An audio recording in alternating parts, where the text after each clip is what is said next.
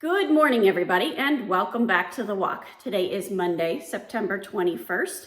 And, I spent a lot of time in prayer about what our next topic is, and I thought that we were going to be moving away from Genesis and going into all of the I am statements that Jesus made. And as I prayed over it, it was clear, nope, that's not the direction we're going in. We are staying in Genesis. We're not going through the whole book and doing a book study, but this next topic remains within that spiritual warfare within Genesis. Now, obviously, we know that there's spiritual warfare when the fall happens and Satan comes and puts doubt in Eve's mind about what God has said. But today we're going to be looking in Genesis chapter 2, verses 7 through 9. And this gives us more of a description of how man was created. And when we look at this, we see what a victory God has made over Satan in the creation of man and all the things that God did to kind of kick Satan in the teeth.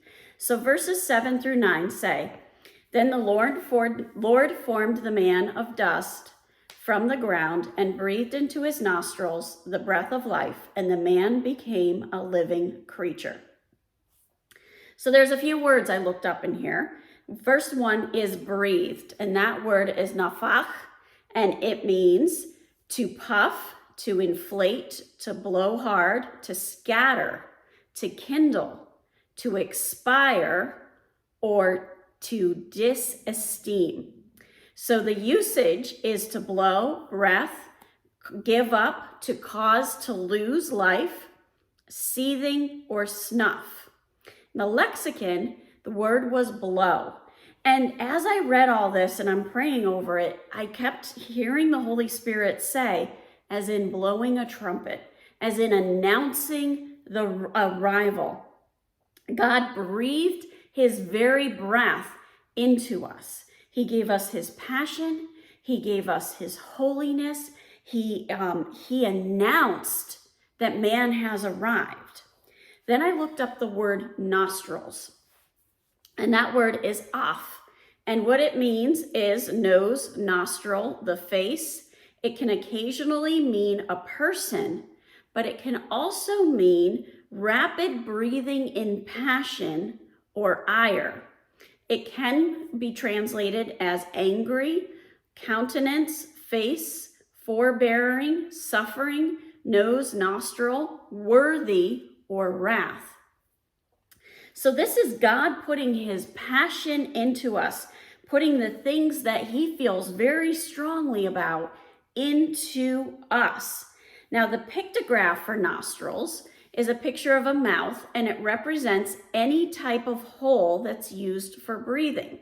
The nostrils of man flares when he breathes heavy in passion or in anger. It's showing God's deep love for us and how important we are to God. He breathed his passion into us like it was a trumpet call. The last word I looked up is life, and the word is che, and it means alive, raw, fresh, strong, or life. And the pictograph is one we've seen before.